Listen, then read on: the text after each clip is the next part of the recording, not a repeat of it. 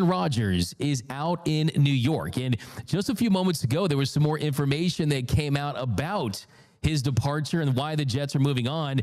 And is reported by the New York Post that in his final days as a Jet, Aaron Rodgers was pleading to stay before accepting his fate. It said it was, quote, like a man going to the gallows. So clearly, Aaron Rodgers wanted to stay in New York. He did not want to leave the Jets, but the Jets, they had other plans. And it was very clear that this was not going to work out for New York. It was very clear that time had passed and this organization needed a clean slate. You go out there and you add Aaron Glenn as your new head coach, and there was no doubt about it. They needed a fresh start. And one thing I think is pretty hilarious is the Jets, they go out there and they tweeted a little thank you message to Aaron Rodgers saying, thank you for everything you've done.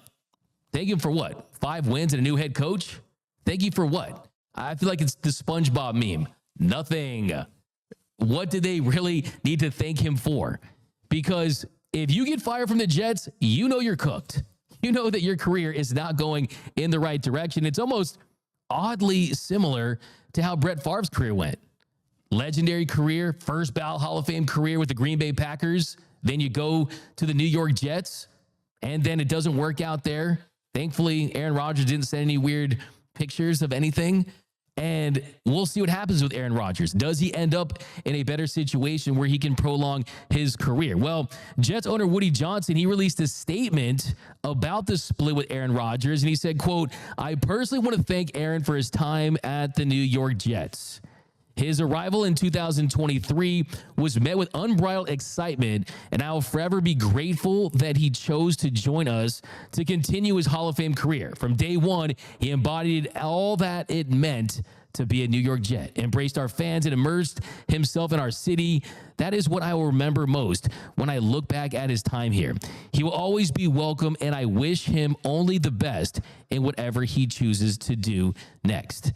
Now, if you look at Aaron Rodgers, if you look at his time with the Jets, he suffered 12 losses, worst of his career.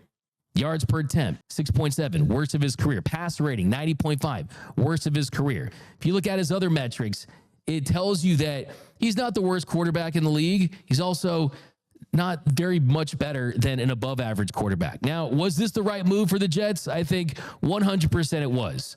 Could they win more games in 2025? With Aaron Rodgers, probably. But first thing, it's a clean slate.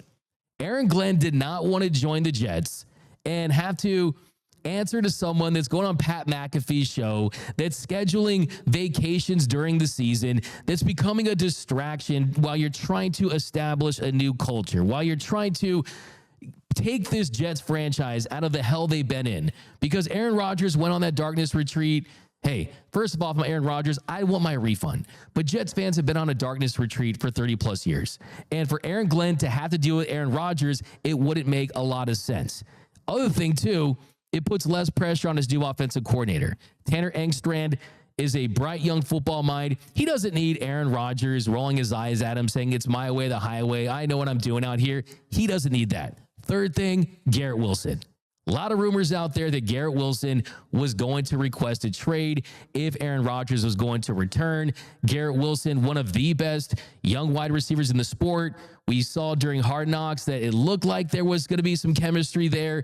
Then when the season started, it did not go that way. And now with Aaron Rodgers gone, you have to assume that Davante Adams will be gone. So that will put Garrett Wilson back as the number one wide receiver that you can build around. And then lastly, you guys know I love the cap. And the cap is something that the Jets will benefit from. The Jets will have a dead cap hit of $49 million by releasing Aaron Rodgers, but they can spread that money out over 2 seasons if they designate him a post-1 June cut. So the cap hit in 2025 would be $14 million, and it would be $35 million in 2026. They can also take the full $49 million hit in 2025, but it would hurt their chances of adding guys in free agency. But if you're looking at Aaron Glenn as that guy for the future, it's just 1 year. So with Aaron Rodgers gone, you're going to release Adams. That's going to save them $30 million against the cap.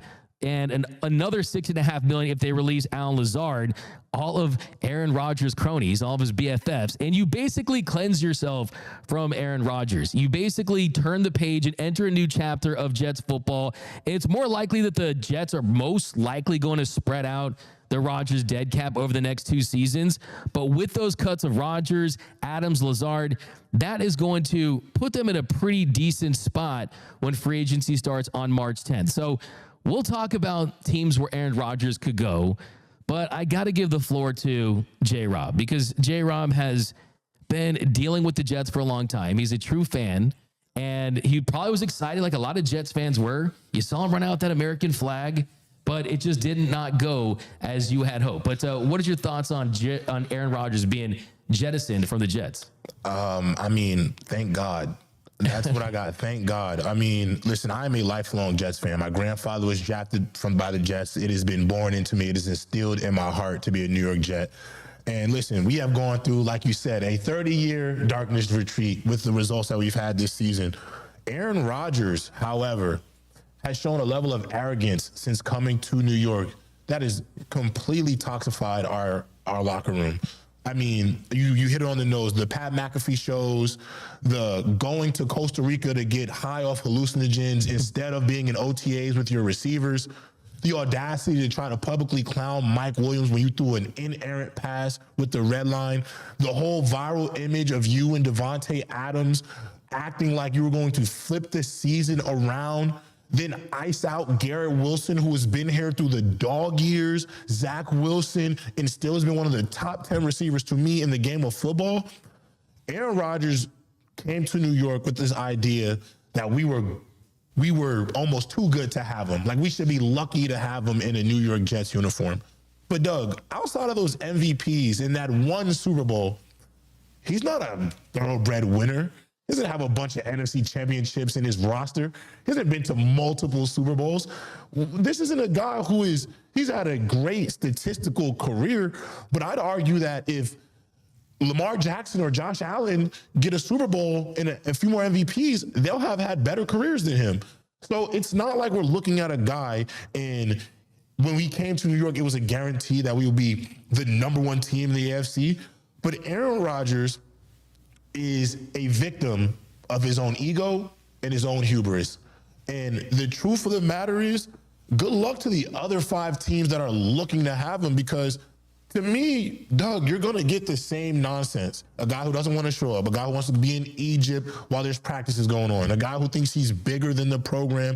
And listen, I think when you feel like you're the smartest guy in every room you walk into, everybody in that room needs to run away and get away from you, because I just do personally feel like Aaron Rodgers has shown himself to be, I mean, to me, he's what we used to call in football a me guy. He's about himself. I don't think he's about the team. I think he's about himself being comfortable and being able to win while also having his comfort satisfied in that. Yeah, I still think, look, you're 100% right. It just wasn't, the reason why it didn't work out for the Jets was, of course, he had the injury last season. Of course, the team from a talent standpoint, they didn't have elite talent around him. Having said that, you're right. I mean, he needs to go to a place with a established, strong head coach that he can't push around. A organization has a strong infrastructure. He does crave that structure. He does need to get in a situation where his only job is to go out there and be the best quarterback he can be. And he can't manipulate the roster in any way, can't manipulate the system, the play calling. I mean, having said that, I mean, he does have the best passer rating ever of 104.93. I will point out that last season, it's kind of one of those things where Aaron Rodgers at his prime, the guy that won 10, made it to 10 Pro Bowls, won 4 MVPs, had 4 All-Pros, won a Super Bowl with the Packers. That guy was worth the headache. That guy was worth the drama. That guy was worth all of that stuff. But last season, I mean, 3,897 yards, 28 touchdowns, 11 interceptions. You look at that on the nose and you say, that's a pretty decent season.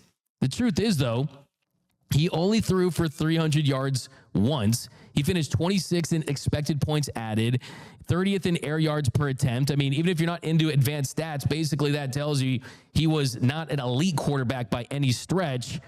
There is the funk of, can anyone win with the Jets, I guess? with the current ownership situation and just where that organization has been. I guess you can say that. Do I think that he's still one of the best 32 quarterbacks on the planet? I do. Do I still think there are situations out there where a team could make a playoff run with him? It's definitely possible. Now,